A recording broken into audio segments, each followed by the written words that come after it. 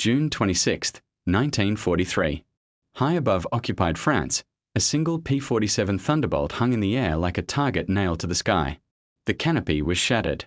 The right wing was torn. Fuel and oil streaked across the metal skin. Instruments sparked and went dark one by one. And in the center of this flying ruin sat Captain Robert S. Johnson, bleeding, half-blinded, gripping the control column of an aircraft that, by every logical standard, should already have given up. Behind him, a Focke-Wulf 190 moved in with calm precision. The German pilot had done everything right. He had waited, stalked, attacked from the blind spot, and now he was close enough to see the American's face through the broken plexiglass. Burst after burst of 20mm fire had carved through the Thunderbolt. Control lines were cut. Panels peeled away. The tail shuddered with every impact. 200 rounds had already found their mark. Yet the P-47 refused to fall. Johnson pushed the nose down, trying to dive away. The Thunderbolt surged, heavy and wounded, but still fast. The German followed. More impacts. The cockpit filled with the cold roar of the slipstream. Metal fragments stung exposed skin. The control stick felt like it was anchored in concrete. There was no radio call for help. No formation nearby. No time to think about statistics or odds. Just one pilot, one machine, and a choice so simple it bordered on cruel. Either quit and accept gravity, or fight every second for a horizon that might already be out of reach. 4 years earlier, nothing in Robert Johnson's life suggested that this moment would ever exist. He had grown up far from airfields and strategy maps, on the windblown plains of Oklahoma. His world was red dirt, tired crops, and engines that only sometimes started. The Great Depression did not arrive one day. It simply never left. Work meant doing what needed to be done until it was finished, then waking up the next day and starting again. A boy in that landscape learned 3 things early. Nothing is guaranteed, complaining is useless, and if something breaks, you either fix it or live without it. Robert chose to fix things. He read about airplanes in worn magazines until the pages fell apart. He built careful balsa models at a kitchen table that had seen more bills than dinners. He stared at the occasional aircraft crossing the Oklahoma sky and decided, quietly, that one day he would be up there too. When conflict finally dragged the United States into global war, young men across the country signed up out of anger, duty, or adventure. Robert Johnson walked into the recruiting office with something more focused, a plan. He wanted fighters. Not transport, not bombers, fighters. Instructors spotted what the farm had built into him. His reflexes were sharp without being reckless. He did not freeze when something went wrong. He followed instructions, but he also noticed details. Engine sound slightly off, trim out by a hair, fuel mixture not quite right. He treated every flight like a job to be done properly, not a thrill ride. The Army Air Forces gave him exactly the machine that matched his temperament, the Republic P-47 Thunderbolt. It was not elegant. The first time most pilots saw it, they laughed. It was huge. It sat on long legs, its barrel-shaped fuselage wrapped around a massive Pratt & Whitney radial engine. Compared to sleek Spitfires and Messerschmitts, the Thunderbolt looked like a steel barrel with wings bolted on as an afterthought. The joke ended once pilots flew it. The Thunderbolt could dive like a falling elevator and still respond. It carried 8.50 caliber machine guns in its wings, enough firepower to turn a fighter into fragments in a heartbeat. Its engine absorbed punishment that would cripple more delicate designs. Fuel tanks were self-sealing. Vital parts were shielded by armor. Control systems were duplicated. It was, by design, stubborn. Robert Johnson understood that personality immediately. He did not try to make the Thunderbolt dance. He let it do what it did best: hit hard, leave fast, and endure. Over mission after mission, escorting bomber streams into hostile airspace, he and his aircraft learned each other's limits. He knew exactly how the engine sounded when it was healthy. He knew how much he could pull in a dive without overdoing it. He learned where the sight picture had to be for those 8 guns to intersect perfectly. By his 27th mission, he was no longer the farm boy trying to prove he belonged.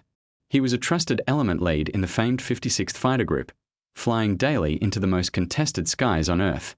Which is why, when everything finally went wrong over France, he was exactly the kind of pilot and exactly the kind of machine this story required. Because if any combination of human and hardware was going to attempt the impossible, flying a shredded fighter, alone, wounded, across 200 miles of hostile territory, it was going to be the quiet, relentless farm kid in the Indestructible Thunderbolt. The mission that morning did not begin like a legend. It began with coffee that was too weak, a briefing that was too early, and a wall-sized map pinned with red strings stretching deep into France. Target: industrial facilities near Paris. Role: close escort. The bomber crews listened to flak estimates. The fighter pilots listened for one word: opposition. They got it. Reconnaissance and previous raids had shown that German fighter units were treating those targets as hunting grounds. Focke-Wulfs and Messerschmitts waited for the bombers once they were well inland, where fuel margins were tight and turning back was no longer an option. If there was going to be trouble, it would come there. For Robert Johnson, that was not discouraging. It was clarity. He walked out across wet English grass toward his P-47, serial 42 to 8487, but to him already simply half-pint. The nickname was private and slightly ironic. Nothing about the machine was small. But names have less to do with accuracy than with familiarity, and by now he knew every vibration, every quirk of this aircraft. Pre-flight was methodical, almost ritual. Control surfaces free. Gun ports taped. Tires firm. Fuel cap secure. Engine cowl fastened. No glamour, just careful hands on cold metal. Other pilots chatted, stretched, joked too loudly. Johnson just nodded when spoken to and kept working through the list. In the cockpit, wrapped by thick armor plate, the world narrowed. Switches up. Fuel on. Mixture set. Primer. Magnetos. Then the growl and rising thunder of the R-2800 waking up, cylinders catching one after another until the entire aircraft trembled with contained force. Gauges stabilized.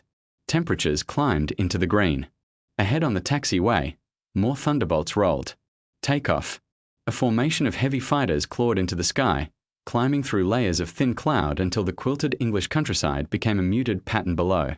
Over the channel, they formed into escort boxes above and around the lumbering B-17s and B-24s, their contrails weaving white paths toward a hostile continent. At altitude, the cold bit hard. Oxygen masks hissed. Engines droned. The radio carried clipped position checks and the calm cadence of controllers. For a time, nothing. The horizon was empty. The bombers droned on, silver and steady. Some pilots let their minds drift. Letters from home, the next pass, the last night out. Johnson did not. His eyes moved in constant, practice patterns. High, low, sunward, contrails, blind arcs. He had learned that surprise belonged to the undisciplined. As they pushed deeper inland, the air changed character. Light flak puffs appeared, spaced, testing ranges. The radio came alive with terse calls from other escort groups. Contact. Climbing bandits. Head-on attacks forming. Then, just as predicted, the sky fractured. German fighters dropped in from altitude in disciplined groups, making slashing runs at the bomber formations before rolling away. Messerschmitts attacked from above and ahead. Focke-Wulfs came in from the sides where those big bomber guns had thinner coverage. The Thunderbolts moved to intercept, individual pilots becoming an intricate, deadly geometry. Break right. 2 o'clock high. Steady, I've got him. It was not a swirling movie dogfight. It was a complicated series of fast decisions. Where to be so that an attacker had to fly through your line of fire. How far to press a chase before leaving the bombers exposed. When to dive, when to climb, when to turn away and reset. Johnson stayed close to his duty. He saw one B-17 edging out of position, smoking from an engine, dragging a little behind. 2 FW-190s were adjusting their approach to rake it mercilessly. Without waiting for orders, he rolled half-pine toward them, throttle forward. The Thunderbolt came alive in the dive. This was its element. Airspeed wound up, the engine's note deepened, and Johnson felt gravity push him into the seat. The lead German broke away when the 8 American guns flashed alive, white streaks converging where the Focke-Wulf had been a fraction of a second earlier. The second German did not press home his attack either. The presence of a determined escort was often enough. Johnson pulled up, easing the heavy fighter back toward his assigned sector. It should have been one more small intervention in a long, dangerous routine. Instead, in those brief seconds of commitment, the geometry changed. The bomber stream kept moving. Other escorts were busy with their own attackers. Half-pint was fractionally out of place, too low, too far forward, trailing just enough empty space behind her to invite opportunity. The first warning he had that the trap had closed was a flicker of movement in the mirror and a subtle, unfamiliar sound under the roar of his own engine. Not the random pop of distant flak. Not the stuttering echo of friendly guns. A specific, focused rhythm. 20mm cannons, very close, firing with intent. Johnson rolled hard and shoved the nose down on instinct. Tracers whipped past, bright lines in his peripheral vision. But the pilot behind him had timed his move perfectly. This was not a chaotic snapshot. This was a practiced hunter closing on a fixed point. The first shells struck Halfpine's right wing. Then the canopy. Then the fuselage right behind the cockpit. In a heartbeat, Robert Johnson's world went from control to survival. Glass erupted inward. A rush of icy air punched through the cockpit. Johnson felt sharp impacts along his helmet and shoulders, not as cinematic blasts, but as hard, stunning blows, like being struck with gravel at high speed. He ducked instinctively, one hand rising toward his face, the other welded to the control column. Oxygen hose tugged. Mask shifted. For a moment the world narrowed to noise, the bark of cannon fire behind him, the hammering of metal, the rising whine of overspeeding wind tearing around jagged edges where smooth surfaces had existed seconds before. Training overpowered panic. Stick forward. Brake. Throttle. Trim. Eyes searching for horizon through shards and smoke. Halfpint responded, but not the way she had 30 seconds earlier. The right wing felt heavy, sluggish. The Thunderbolt no longer rolled as one coordinated piece. She twisted. Johnson risked a glance back. The FW-190 was still there. Close. Too close. Its nose steady. Its guns fired in short, efficient bursts. The German was not wasting ammunition in random sprays. He was walking rounds down the airframe with calculated precision. Wing, fuselage, tail. He was dismantling the Thunderbolt piece by piece. Johnson jinked, reversed, rolled as much as the wounded aircraft allowed. But the damage was already stealing agility. Each evasive move came a fraction late. Each correction needed more muscle. Control forces grew so heavy that his forearms began to burn. Metal popped behind him. Another burst. The radio mount disintegrated. Needles on the panel froze. A section of plexiglass frame snapped off and vanished. The sensible choice at that moment, the one most training manuals pointed to, was to get out. Canopy back. Harness off. Over the side. Except the parachute, the field, the camp. His hand never moved for the harness release. Part of that was the violence of the slipstream blasting through the broken cockpit. Unbuckling felt like a shortcut to being thrown out of the aircraft without control. Part of it was the cold realization that bailing out deep over occupied territory was not a simple reset. There was no guarantee of making it to the ground unhurt, no assurance of decent treatment, no promise of returning to the sky. Mostly, though, it was something older than tactics, the farm instinct refusal to quit while there was still any response in the machine. He forced Halfpint into a steep dive, hoping to use the Thunderbolt's one unbroken advantage, speed. Radial engines and strong wings made it a demon in descent. Many German pilots had learned that chasing one too long downward was a bad bargain. Not this one. The Focke-Wulf followed. Its silhouette grew and shrank in the shattered mirror as it adjusted position with tiny corrections. More hits. The left wing shuddered now. The armor plate behind Johnson's seat rang with sharp impacts, doing the job it had been bolted there to do. The attack went on. 10 seconds. 20. 30. An eternity when every sound might be the one that turns flight into a fall.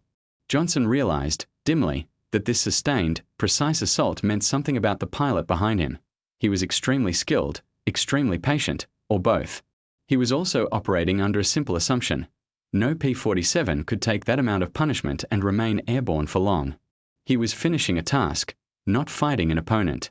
And then, abruptly, the sound stopped. No more shells hitting.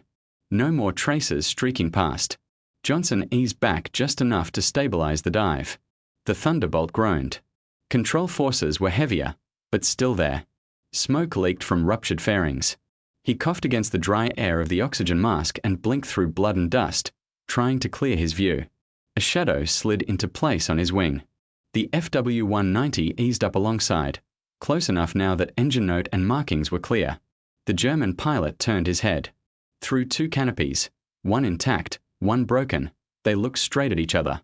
Johnson saw a calm face, goggles, an oxygen mask. No triumph, no anger, just a deliberate assessment. The German's gaze traveled along Half-Pint's torn wing, the holes stitched across the fuselage, the shredded canopy frame, the American pilot's blood-streaked face. From that angle, the P-47 did not look damaged. It looked finished. No flaps. No clear canopy. No radios. A wounded man in the cockpit. Over enemy country. The FW-190 waggled slightly. The pilot raised one gloved hand in a brief, formal motion. Then he rolled away and disappeared. Maybe his guns were empty. Maybe he had already expended his 20mm and was not going to use the rest. Maybe he believed gravity would complete the job unaided. Or maybe, in that split second, professional recognition overruled calculation. For Robert Johnson, the reason did not matter. What mattered was that, for the first time in several endless minutes, no one was shooting at him. Now it was not a duel. Now it was a test between a barely flyable machine, a wounded pilot, and the empty space separating occupied France from the faint outline of home beyond the Channel. It was a long distance for a healthy airplane. For this one, it bordered on impossible. Silence, for a heartbeat, felt louder than gunfire. Then all the other sounds rushed back in, the full-throated roar of the R-2800, deeper and rougher than it should have been, the howl of air tearing through gaps in the fuselage, the rattle of loose fragments vibrating against metal. Johnson took stock. The cockpit smelled of cordite, oil, and cold air. Blood trickled down from cuts on his forehead and cheek, sliding under his mask. His right shoulder ached where something had punched through his flight jacket. He flexed his fingers. Both hands worked. Arms were heavy but responsive. Vision, though blurred at the edges, held.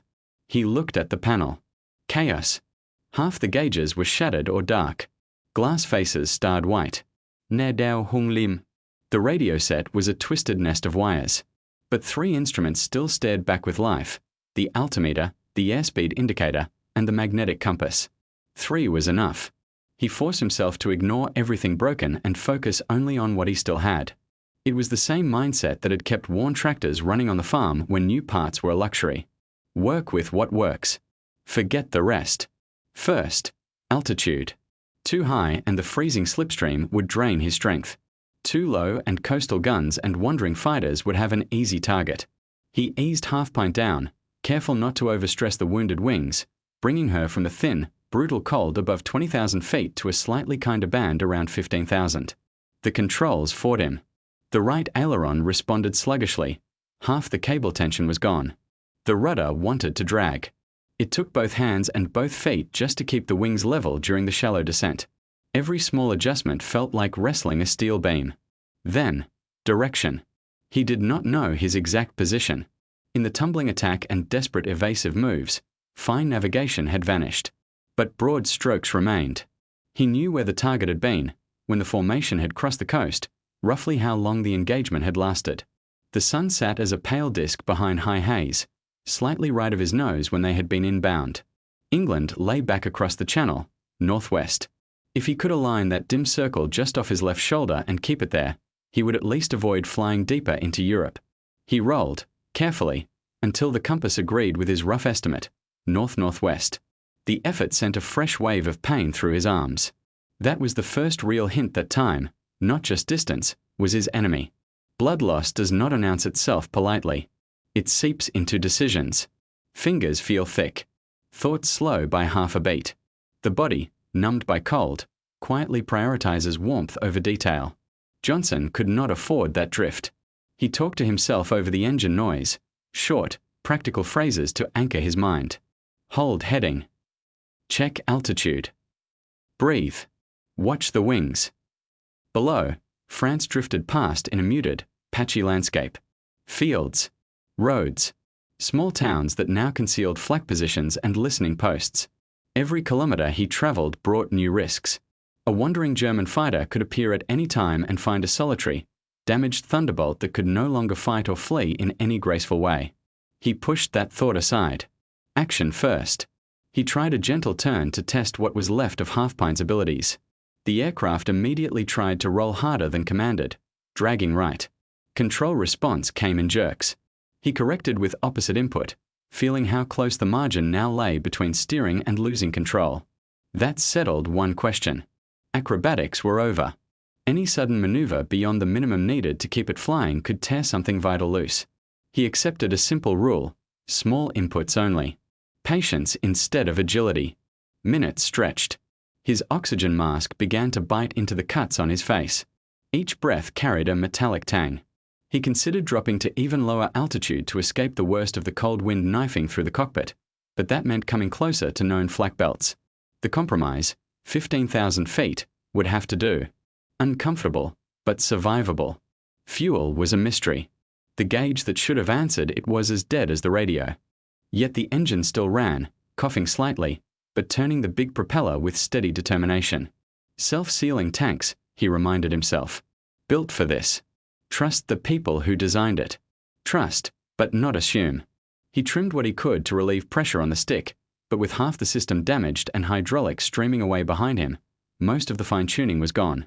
In the end, the only workable solution was the simplest and most brutal. Keep both hands on the control column and hold. 5 minutes. 10. 15. The channel was still only an idea beyond the grey distance. Ahead, the horizon remained hazy, the land beneath slowly lightening.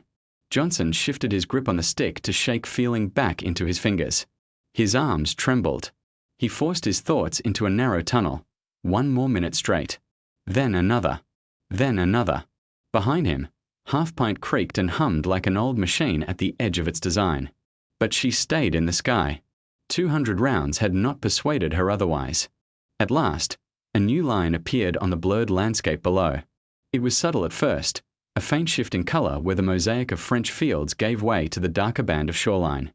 Then it resolved, the edge of occupied Europe, the beginning of water. The sight hit him with an almost physical force of relief. Reaching the coast did not mean safety, but it meant progress. If Half Pint failed now, at least the story ended closer to rescue than it would have minutes earlier. If she held, the hardest part still lay ahead, 80 miles of open sea with no margin for error. As if reminded, the flak began. Anti-aircraft gunners along the Channel coast did not need perfect intelligence to know where returning bombers and escorts would pass. Their bursts decorated the upper air with dark, blooming shapes, some near, most far, all indifferent to the condition of the lone thunderbolt now approaching. In a healthy aircraft, Johnson would have juked, rolled, climbed, dove. A moving target is always harder to bracket. In Half Pint's condition, that kind of maneuvering was an invitation to disaster. One abrupt pull could snap a weakened spar. One rapid roll could finish severed control cables. So he did the unnatural thing. He flew straight. Flak puffs appeared around him, blurred by the rush of air and the sting in his eyes. Occasionally, a fragment tapped against the fuselage with a light metallic tick. After 200 cannon strikes, the difference between one more dent and none at all barely registered. He held heading. He held altitude. He held the trembling aircraft as gently as one could hold a machine made of steel and fuel. Then came the water. The French coast fell behind, and below him the channel unrolled as a grey, endless sheet. There were no landmarks now, no church steeples or junctions to confirm course. Only the compass, the muted glow of the sun through high haze, and the quiet conviction that northwest was still the right answer. This was where doubt tried hardest. What if the dive and weaving had thrown him off more than he realized? What if he had steered too far north and would miss land entirely? What if the fuel, unseen and unmeasured, was already down to the last fumes? What if the engine note changed by just a fraction and that change meant the difference between flying and a sudden silence? He felt those questions press in, and he answered them the only way that mattered, by refusing to let them dictate his hands. Hold it. Another 5 minutes. Breathe. Focus. Cold chewed through his flight suit. The open cockpit channeled slipstream straight into his face and chest. His fingers numbed. The cuts along his temples stopped bleeding steadily and instead began to dry and sting, the air wicking moisture away faster than his body could supply it. Fatigue became an opponent more persistent than any FW-190. It did not arrive as a crash. It arrived subtly. The control column grew heavier not just because of damage, but because his muscles could no longer match it. His thoughts slowed. The idea of closing his eyes for just a second carried a dangerous appeal. Johnson fought it with simple, almost childish tools. He sang fragments of songs over the engine noise. He muttered the pre-flight checklist aloud. He spoke his own name, his squadron, his home state, anchoring his mind to concrete facts instead of vague drifting. Stick back a touch. Watch it. Good. Check compass. Don't trust how it feels, trust what it shows. Twice the Thunderbolt began to roll imperceptibly to the right as damaged control surfaces sagged. Twice he caught it just before it deepened into something unrecoverable. Those small corrections cost treasure he could not afford, strength. Time lost all clean shape. He could not say if 10 minutes had passed since the coast or 40. There was only the drone of an engine that by all calculations should have failed already but had not. Only the forward crawl of that blurred horizon, stubbornly empty. Then, finally, the grey broke. A darker band emerged out of the murk ahead, first doubtful, then undeniable. Land, low and solid, stretching from left to right. England. He let out a breath he had not realized he was holding. It came out shaky but controlled. The mission was not over. An approach and landing in this condition was still a serious test. But he was now over friendly water, aimed at a friendly coast, with a machine that, incredibly, was still under his command. The impossible had downgraded itself to extremely difficult. For Robert Johnson and Half-Pint, that was enough. Crossing the shoreline, Johnson faced the next decision: where to put this airplane down. His own base lay farther inland. Under normal conditions, that was a short hop. In Half-Pint State, every extra minute in the air was a wager. Somewhere along this eastern edge of England there had to be an emergency field, a place that understood incoming wrecks and did not ask too many questions before clearing the runway. He scanned through the broken canopy. The horizon wavered through scratches and dried streaks. At last he picked out the clean geometry of a long strip and perimeter track, an airfield close to the coast. Manston. He turned gently toward it, muscles protesting, controls resisting. The Thunderbolt drifted, tried to roll, but he brought her back with grim, patient corrections. The radio was dead. No calls. No formal request. All he could do was present the situation in the clearest language any controller understood. A limping fighter on final. He dropped lower, lining up with the runway. Now came another problem: landing gear. Under normal circumstances, a lever armed the hydraulic system and the wheels came down with a reassuring clunk. His hydraulics, however, had long since painted the fuselage with their departure. That left the backup, a manual hand pump tucked beside the pilot seat. Johnson kept one hand on the control column, one eye on the runway, and with the other hand reached down for the pump handle. Each stroke was slow and painful. Pump, pump, pump. At any moment a slip could mean a wing drop and loss of control. 50 strokes. 70. 90. There was no indicator light. Those circuits were gone. He had to trust the subtle change in feel, the slight drag that suggested the gear had locked into position. Too late to check visually. The ground was rushing up. With no hydraulic pressure, flaps remained frozen. That meant a hotter, flatter approach. Half-Pint came in fast, heavy, and reluctant to slow, still trying to pull right where her wing had been savaged. Johnson eased back, every movement deliberate. The P-47 did not so much settle as arrive. Main wheels hit with a solid, brutal impact. The gear held. For a heartbeat the Thunderbolt bounced, threatened to wander.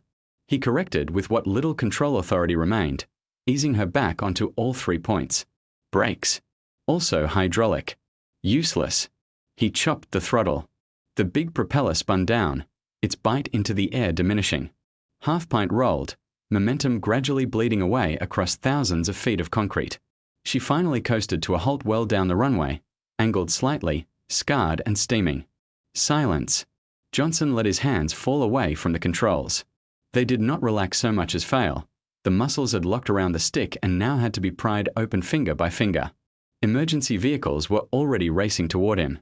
Manston's crews had seen many damaged aircraft, but this one gave them pause. Fire trucks fanned out, foam ready.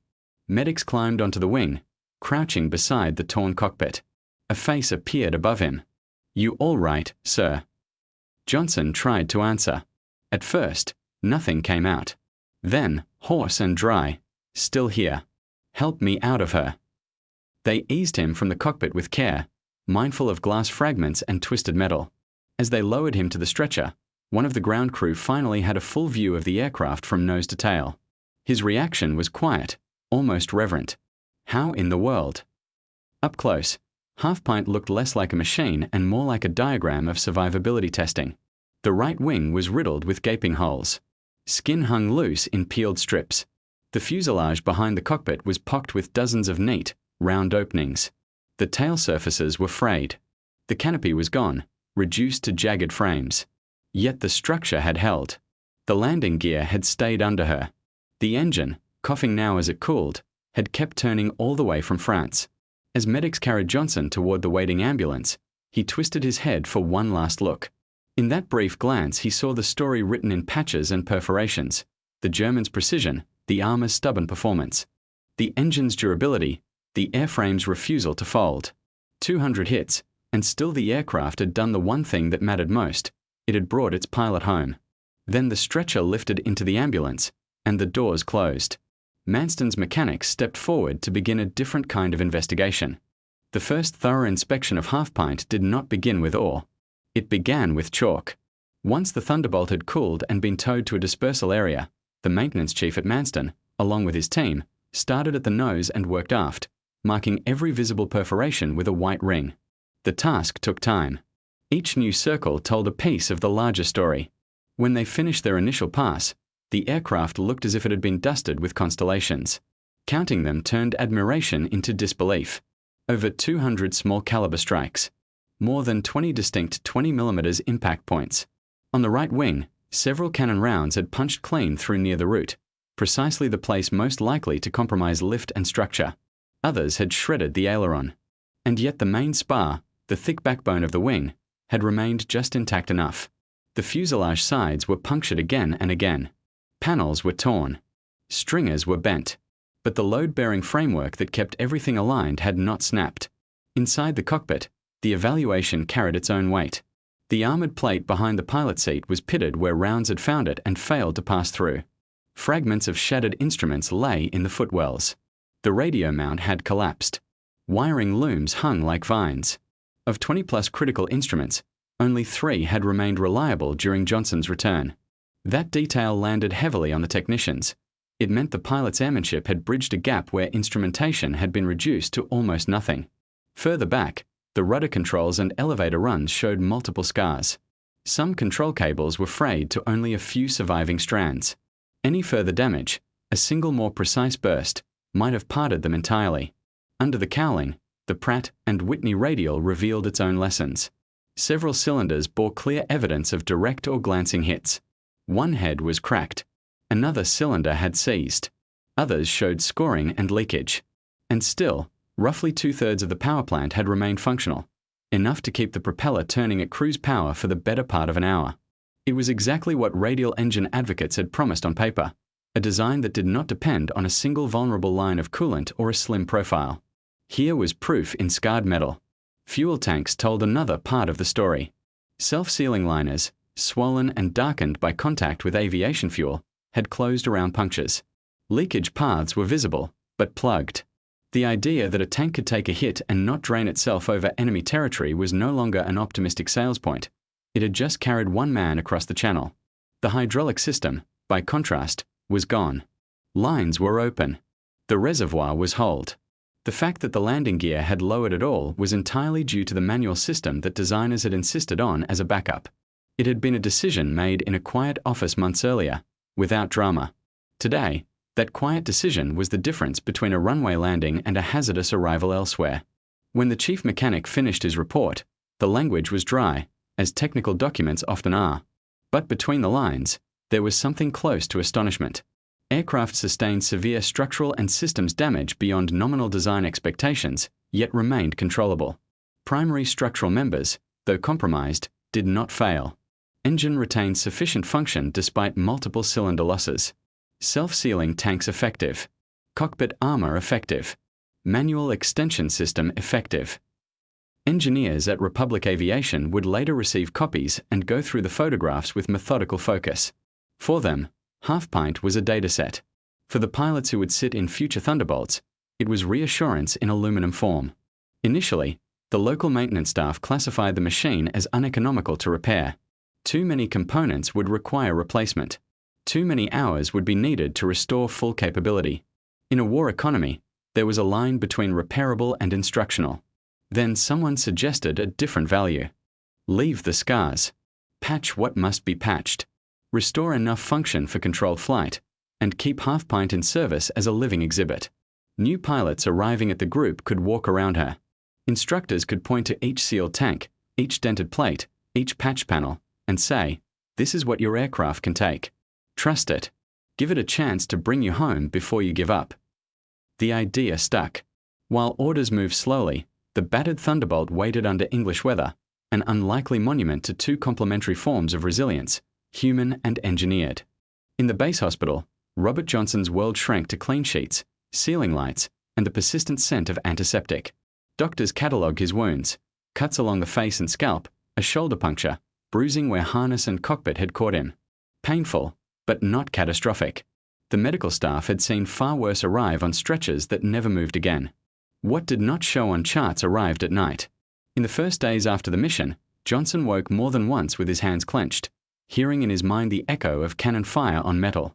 Staff would find him half upright, breathing hard, eyes clearing only slowly from whatever fragments of the sky over France still lived behind them. He was given the choice many in his position eventually heard: return home, instruct new pilots, finish the war in safer air. He did not hesitate long. It was not bravado, not a need to chase revenge. What drove him back to the line was something simpler and more familiar: unfinished work. His squadron was still flying daily. Bombers still needed escorts. He had learned, through hard experience, just how much his machine could endure. Walking away while others went back up felt wrong. When he reported to his commanding officer and requested to return to flying status, the response was cautious. "You do not have to prove anything," he was told. "No one would question it if you stepped back." "I'm not trying to prove anything," Johnson replied. "I just want to do my job." So they eased him back in. The first missions were milk runs by comparison, shorter range patrols, less intense routes. Even so, the first time he saw Focke-Wulf's angling in, every muscle went tight. For a split second, the view through his windscreen over England became that shattered canopy over France. He did what professionals do with unwelcome reactions: acknowledge, manage, continue. Altitude checks. Formation position. Listen to the radio. Look for threats. Action has a way of reordering thoughts. Gradually, flying stopped being a replay of one bad day and returned to what it had been before, a demanding craft requiring full attention. If anything, he became more disciplined. He watched his six twice as often. He maintained situational awareness with almost exaggerated care, refusing to be drawn too far away in pursuit of a single enemy. He leaned even harder into the P-47 strengths: diving attacks, slashing passes, using speed and weight instead of turning contests that favored the opposition. The results showed. Through the remainder of 1943 and into 1944, Johnson's tally of successful engagements rose steadily. Messerschmitts and Focke-Wulfs that once seemed almost untouchable in European skies began to fall in growing numbers to the heavy guns of Thunderbolts flown with experience and restraint. By the time his tour ended, he had achieved 27 confirmed aerial victories, becoming one of the leading American pilots in the European theater. People later asked him which moment he considered defining: a particular aerial success, a duel won, a formation saved. He always circled back, quietly, to the June mission. Not because of its drama, but because it showed him the edge between panic and persistence. Because it taught him that survival in combat was not just a matter of aggression, but of patience, design, preparation, and an unwillingness to mentally surrender while any useful option remained. When younger pilots in the group heard the story of the ravaged Thunderbolt that had limped home, of the German who had broken off, of the manual gear pumps and the hot landing at Manston, they did not just file it away as a tale to tell later. They absorbed a set of messages. Trust the airframe. Trust redundancy. Work the problem, not the fear. Protect the bombers, but protect your own chances to return as well, because experience compounds, and one safe pilot can guard many missions yet to come. Robert Johnson, who had once been simply a quiet farm boy staring at distant contrails, had become living proof that resilience was not an abstract virtue. It was a practiced habit, one that could be taught, imitated, spread. The group's leadership understood this, even if they did not articulate it in those terms. When fresh arrivals stood nervously by their assigned aircraft, they were often walked around Half-Pint or shown photographs of her condition on landing. "This is what these machines can live through," mentors would say. This is what one of our own managed with 3 working instruments and a lot of stubbornness. So if you take hits over France, over Belgium, over the Channel, remember this before you decide it's over. Fly the airplane as long as it can be flown. Johnson never turned that narrative into a personal monument. In debriefings he spoke plainly, sometimes even downplaying his own ordeal. The credit he emphasized went outward, to the designers who had insisted on armor and self-sealing tanks, to the mechanics who tuned engines until they purred, to the teammates who covered one another. He knew very well what his hands had done during those long minutes on June 26th. He also knew those hands had been given a chance by a machine that had been engineered not just to perform stunts on a clean day, but to absorb punishment in the real world. That partnership, skilled pilot, robust aircraft, would become the quiet core of his legacy. The story of Half Pint and her pilot did not stay confined to one runway or one squadron. Photos circulated through commands, then through factories. Engineers at Republic Aviation pinned them to boards alongside stress diagrams. Instructors incorporated them into lectures for new pilots on both sides of the Atlantic. Maintenance crews referenced the case when checking lines and armor. It became, without ever being officially labeled as such, one of the clearest field demonstrations of a design philosophy. Until then, many fighter pilots around the world had favored sleek, lightly built machines that traded durability for climb and turn. They trusted agility to keep them out of trouble. The P-47 represented a different bet, that in the brutal arithmetic of long-range escort missions, the ability to survive hits mattered as much as the ability to make them. Half Pint's return underlined that argument in dents and patches. Self-sealing tanks that inflated under heat and pressure had kept precious fuel aboard. Armor plate behind the pilot had turned potentially catastrophic impacts into manageable shocks. Multiple spars and redundant load paths had prevented structural failure when primary skinning was torn open. Manual backups for hydraulics had provided a way to configure the aircraft when fluid pressure disappeared. None of these features attracted attention at airshows. All of them mattered in real combat. Designers of later aircraft paid attention. When engineers in the following decades sat down to create specialized ground attack platforms or long-endurance fighters, they were not just inspired by high-performance dogfights. They studied which machines brought their crews home when everything went wrong. The conceptual line from the P-47 to later robust designs is not a copy, but a clear echo. Protect the pilot, duplicate vital systems, accept a little extra weight if it means a significantly higher chance that experience survives to fly again. Psychologically, Johnson's story worked on another level. It undermined the quiet temptation some pilots felt to treat heavy damage as a signal to give up. Stories travel quickly in close communities. Hearing that a colleague had flown a nearly shredded aircraft all the way from the heart of enemy territory to an English runway reframed dozens of future split-second decisions. More than one Thunderbolt pilot later admitted that, when flak or fighters tore into their aircraft, they thought, if Johnson could get that wreck home, I can keep trying a little longer. That extra effort, those added seconds of disciplined control instead of resignation, meant more landings, more intact crews, more preserved experience. At the same time, the narrative reminded planners and commanders that technical choices on drawing boards were not abstractions. Choosing to fund armor, redundant systems, or self-sealing tanks was not merely about weight and speed charts. It was about giving someone like Robert Johnson one more tool when isolated 3 miles above a hostile landscape. The lesson extended beyond aviation. In every field where people rely on complex equipment under pressure, ships at sea, vehicles on rough ground, spacecraft moving in silence, Johnson's flight stands as a vivid example of why overdesign for survivability is not wasteful caution but practical respect for human life and skill. Machines that bend instead of break give their operators the chance to turn terrible situations into remarkable returns. And operators who refuse to mentally concede while they still have any authority over their tools turn engineering margin into living proof. Half Pint was eventually restored enough to fly again in limited roles. New panels covered old wounds, but some scars remained visible by choice. They were not disfigurements. They were teaching lines. Young pilots would stand beside the patched Thunderbolt, hands in pockets, listening as veteran instructors tapped a finger against a metal patch and told the story. The point was never to sell invincibility. It was to stress possibility. Yes, there are times when an aircraft is too damaged to save. Yes, there are situations where leaving it is the only rational choice. But those decisions should be made after every remaining resource has been tried, not before. In an era when sleek fighters and glamorous duels often took center stage in film and memory, The stubborn silhouette of the P-47 quietly communicated a different kind of heroism, the unglamorous, essential courage of persistence. For the engineers, Johnson's experience confirmed that thoughtful, sometimes conservative design choices could produce outsized returns. For the pilots, it showed that trust in those choices was not naive, but earned.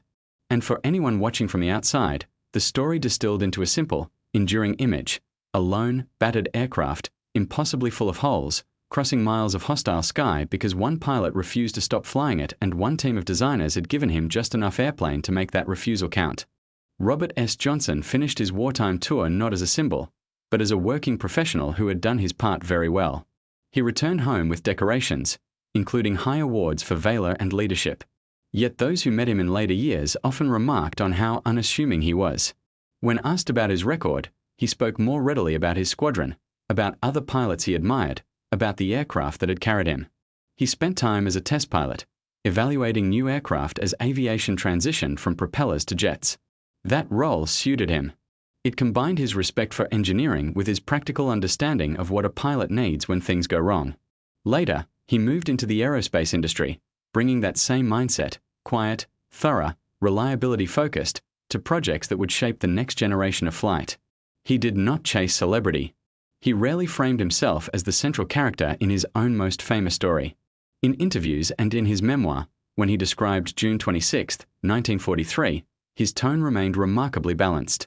He acknowledged fear without dramatizing it. He credited the P-47 structure and systems.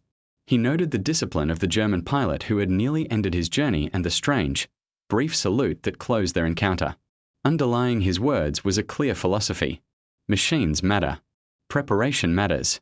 Refusing to give up matters even more. Half-Pine herself did not survive into the modern era as a complete airframe.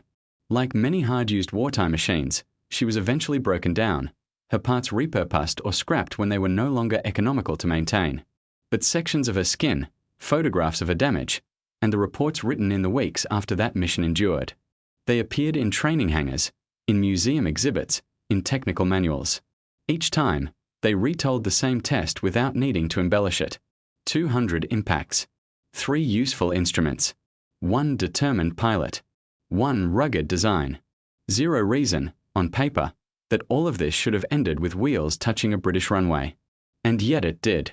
For modern aviators, Johnson's flight is still used as a teaching reference, not as an invitation to recklessness, but as an argument for disciplined persistence.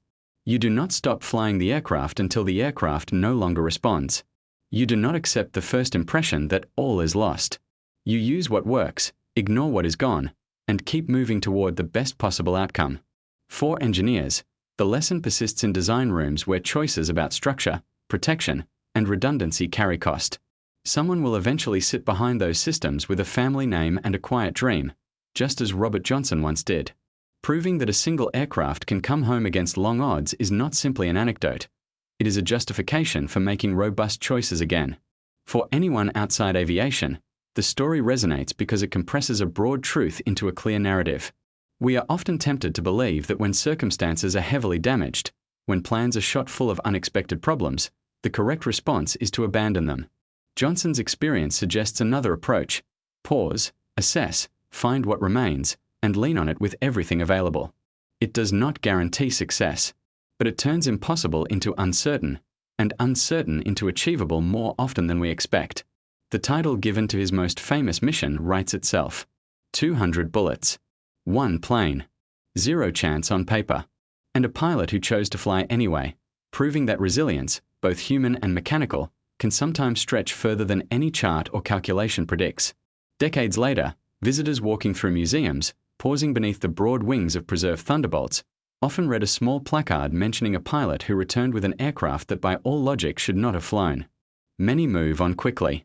Some stop and imagine the view through that broken canopy, the ache in tired arms over cold water, the tiny movements on the control column that made the difference between vanishing and arriving. Those who look closely at the riveted skins and armored backplates see more than historical hardware. They see intentional choices.